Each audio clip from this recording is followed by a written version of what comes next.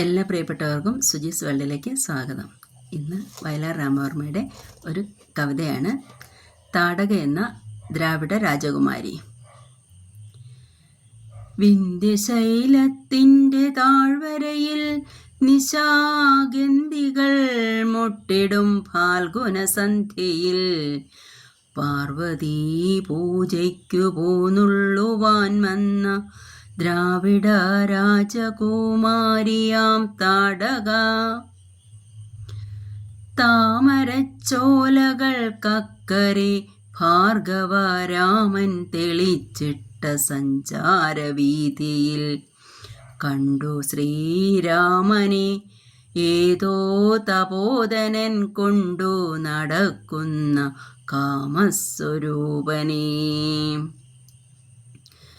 സ്ത്രീഹൃദയത്തിനുന്മാദമുണർത്തുമാ മോഹന ഗോപാംഗ ഭംഗി നുകർന്നവൾ കണ്ണെടുക്കാതൊരഭൗമരോമാഞ്ചമായി നിന്നാൾ സലജ്ജം സകാമം സവിസ്മയം.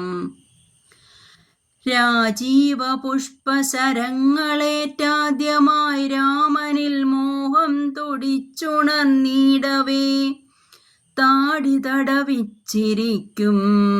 ചിരിച്ചു ചൊല്ലി മുനി താടക എന്ന നിശാചരിയാണവൾ.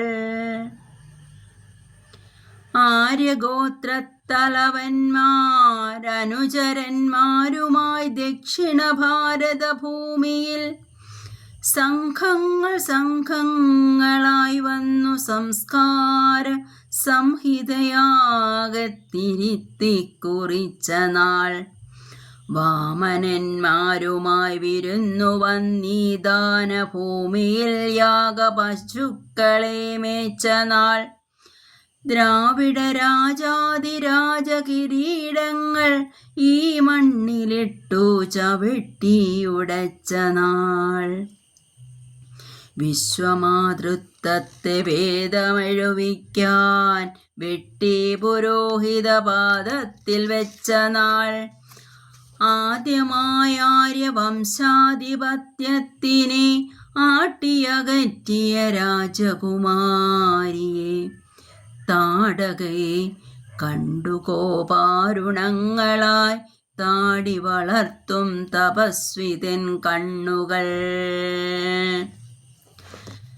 ചിത്രശിലാതലങ്ങൾക്കുമീതേ മലർ മെത്തവിരിക്കും സുരഭിയാം തെന്നലിൽ ആരാത്രി സ്വപ്നവും കണ്ടു വനനദി തീരത്തു ശ്രീരാമചന്ദ്രനുറങ്ങവേ. കാട്ടിലൂടൊച്ചയുണ്ടാക്കാതനങ്ങാതെ ഓട്ടുവളകൾ കിലുങ്ങാതെ ഏകയായി ദാശരഥി തന്നരികത്തനുരാഗദാഹ പരവശയായി വന്നു താടക. ഞാൻ വടുവാർന്ന യുവാവിൻ്റെ കൈകളിൽ തോൾവരയെത്തിക്കിടന്ന കാർകൂന്തലിൽ ഹേമാങ്കകങ്ങളിൽ താടക തന്തളിർ താമരമൊട്ടിളം കൈവിരലോടവേ. അജ്ഞാതമേതോ മധുരാനുഭൂതിയിൽ അർത്ഥസുപ്താന്തർവികാരമുണരവേ ആദ്യത്തെ മാദക ചുംബനത്തിൽ തന്നെ പൂത്തുവിടർന്നുപോയി രാമന്റെ കണ്ണുകൾ.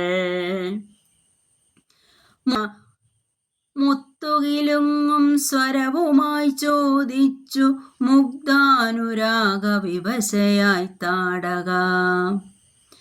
ആര്യവംശത്തിനടിയറ വയ്ക്കുമോ സൂര്യവംശത്തിൻ്റെ സ്വർണസിംഹാസനം. ചുറ്റുമുറങ്ങിക്കിടന്ന മഹർഷിമാർ ഞെട്ടിയുണർന്നു നിശബ്ദയായി പെൺകൊടി. യജ്ഞകുണ്ഡത്തിനരികിൽ വിശ്വാമിത്ര ഗർജനം കേട്ടു നടുങ്ങി വിന്ധ്യാടവീ. വില്ലുകുലയ്ക്കൂ ശരം തൊടുക്കൂ രാമ കൊല്ലൂ നിശാചരി താടകയാണവൾ.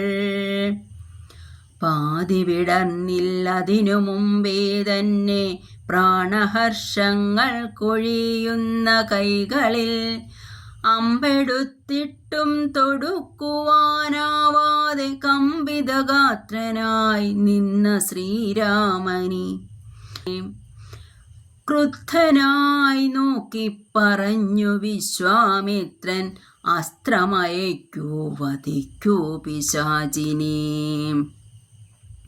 ആദ്യമായി രാമന്റെ മന്മഥാസ്ത്രം മാല ചാർത്തിയ രാജകുമാരിതൻ കൃത്തടം മറ്റൊരസ്ത്രത്താൽ തകർന്നുപോയി. സ്തബ്ധനായി പുത്രി വിയോഗവ്യഥയിൽ വിന്ധ്യാചലം.